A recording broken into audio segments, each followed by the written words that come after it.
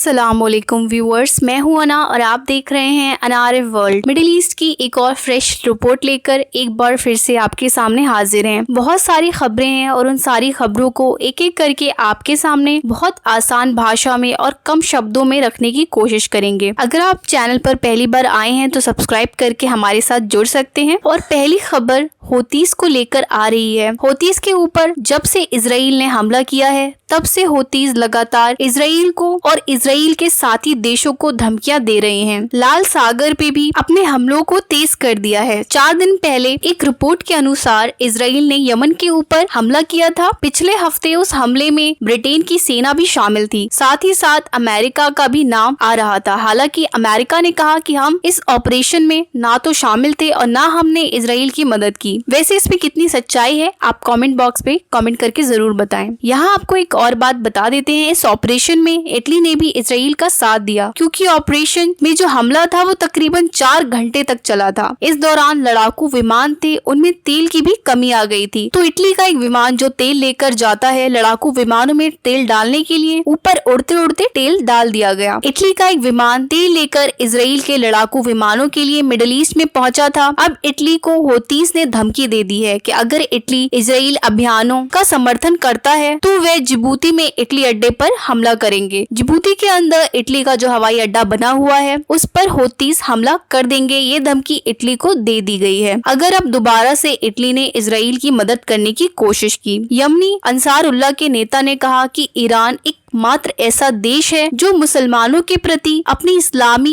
जिम्मेदारियों को पूरा करता है। ये बिल्कुल सही बात कही है। ईरान के अलावा शायद ही कोई इस्लामिक देश ऐसा है जो खुलकर इजराइल और अमेरिका के सामने खड़ा हो। जो इंसान इस वक्त सही काम कर रहा है उसकी तारीफ करना बनता है और आप लोग भी तारीफ किया करें और सुना करें। इतने नादान ना हम हैं ना आप हैं। आप भी देख रहे हैं पिछले 10 महीनों से ये जो संगठन लड़ रहे हैं, इनके पास गोला बारूद हथियार ये कहाँ से आ रहे हैं? कहीं ना कहीं से तो आ ही रहे हैं। कोई न कोई तो इनकी मदद कर रहा है हर तरीके से। 10 महीने तक सुपर पावर के सामने टिकना आसान बात नहीं है। यमन के हौतीस को आप लोग बहादुर कहते हैं, उनके खुद के नेता कह रहे हैं कि सिर्फ ईरान ही एक ऐसा देश है जो दुनिया भर के मुसलमानों को लेकर अपनी जिम्मेदारी बहुत अच्छे से निभा रहा है। बाकी कोई मुस्लिम देश ऐसा नहीं कर रहा। ईरान के नेता सुप्रीम लीडर अयतुल्ला खामनेई ने हाल ही में कहा कि जो प्रतिरोध है उसकी शक्ति हर दिन तेजी से स्पष्ट होती जा रही है। जितने भी संगठन इजराइल के खिलाफ लड़ाई लड़ रहे हैं वो दिन ब दिन और ज्यादा मजबूत होते जा रहे हैं और इजराइल इस जंग में अभी तक कुछ भी हासिल नहीं कर पाया है। ईरान के सुप्रीम लीडर ने यूरोप को लेकर कहा कि यूरोप गाजा में इजराइल की क्रूर युद्ध नीतियों की निंदा करने की बजाय केवल इजरायली पीएम नेतन्याहू की सराहना करता है। बिल्कुल 100 पते की बात कही है ये। कोई भी यूरोप का देश ऐसा नहीं है जो खुलकर इजराइल की निंदा करता हो, बल्कि सभी यूरोपीय देश इजराइल के प्रधानमंत्री को यह कहकर सही साबित करने में लगे हुए हैं कि वो तो अपने देश की जनता के बचाव में इस तरह के हमले कर रहे हैं। यूरोप के हर देश के नेता इजराइल के साथ हैं, लेकिन जनता इजराइल के साथ नहीं है और इसका खामियाजा भी यूरोपीय देशों को भुगतना पड़ रहा है। फ्रांस के अंदर ओलंपिक होने वाले हैं और उससे पहले ही वहां पर हैकरों का हमला हो चुका है। खुद को जियूस कहने वाले एक नए हैकर समूह ने ओलंपिक में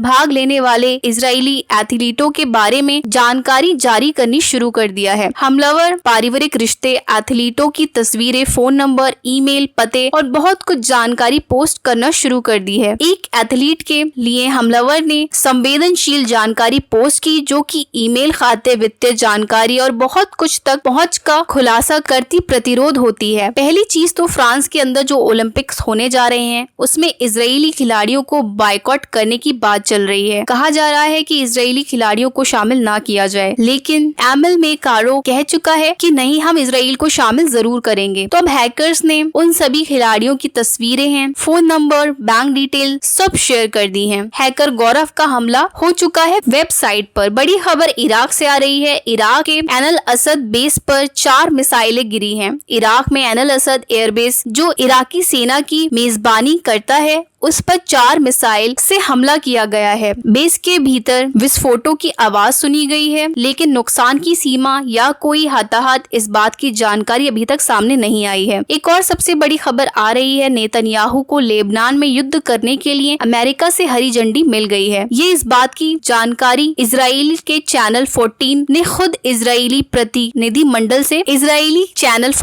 खुद दी है। जानकारी के अनुसार नेतन्याहू को लेबनान में युद्ध छेड़ने के लिए अमेरिका से पूर्ण वैधता प्राप्त हो गई है। ऐसी उम्मीद है कि जब नेतन्याहू अमेरिका से वापस इजराइल आएगा तो वह क्रिया जाएगा। ये क्रिया क्या चीज है? क्रिया मध्य तेल अवयव में एक सैन्य अड्डा वाला क्षेत्र है। तो इस सैन्य अड्डे वाले क्षेत्र पर नेतन्याहू जाएगा और वहां से वो लेबनान में युद्ध शुरू करेगा। जानकारी इजरायली मीडिया की तरफ से दी गई है। तो अमेरिका ने इजराइल को जंग करने की इजाजत दे दी है, हरी झंडी दे दी है और अब इजराइल के लड़ाकू विमान उड़ भी रहे हैं लेबनानी क्षेत्र में। लेकिन जो एयर डिफेंस सिस्टम है हिजबुल्लाह का, उन्होंने इजराइल के लड़ाकू विमानों को खदेड़ भी दिया है। 24 घंटे में दूसरी बार एक इजराइल युद्ध विमान को वायु रक्षा मिसाइलों के साथ लेबनानी हवाई क्षेत्र में खदेड़ा गया। हिजबुल्लाह ने कुछ टाइम पहले एक बयान में इस बात की पुष्टि की है कि इजराइल के लड़ाकू विमान लेबनान के अंदर घुस रहे थे। हिजबुल्लाह के एयर डिफेंस सिस्टम ने दक्षिणी लेबनानो क्षेत्र के हवाई क्षेत्र के भीतर दुश्मनों के युद्ध विमानों पर विमान भेदी मिसाइल दागी, जिससे उन्हें पीछे हटने और कब्जे वाले फिलिस्तीनी के साथ लेबनान सीमाओं से पीछे हटने के लिए मजबूर होना पड़ा। तो अमेरिका ने हरी झंडी दे तो दी है युद्ध करने के लिए, लेकिन इजराइल को अभी भी डर है कि हिजबुल्लाह के साथ अगर पूर्ण पैमाने पर युद्ध होता है तो शायद अंजाम बुरा हो सकता है। हरी झंडी तो मिल चुकी है, लेकिन इतने आसानी से इजराइल हमला नहीं करेगा। फिलहाल इस रिपोर्ट में इतना ही और लेटेस्ट अपडेट के साथ आपसे फिर मिलेंगे। तब तक के लिए अपना ख्याल रखें। मिलते हैं नेक्स्ट वीडियो में।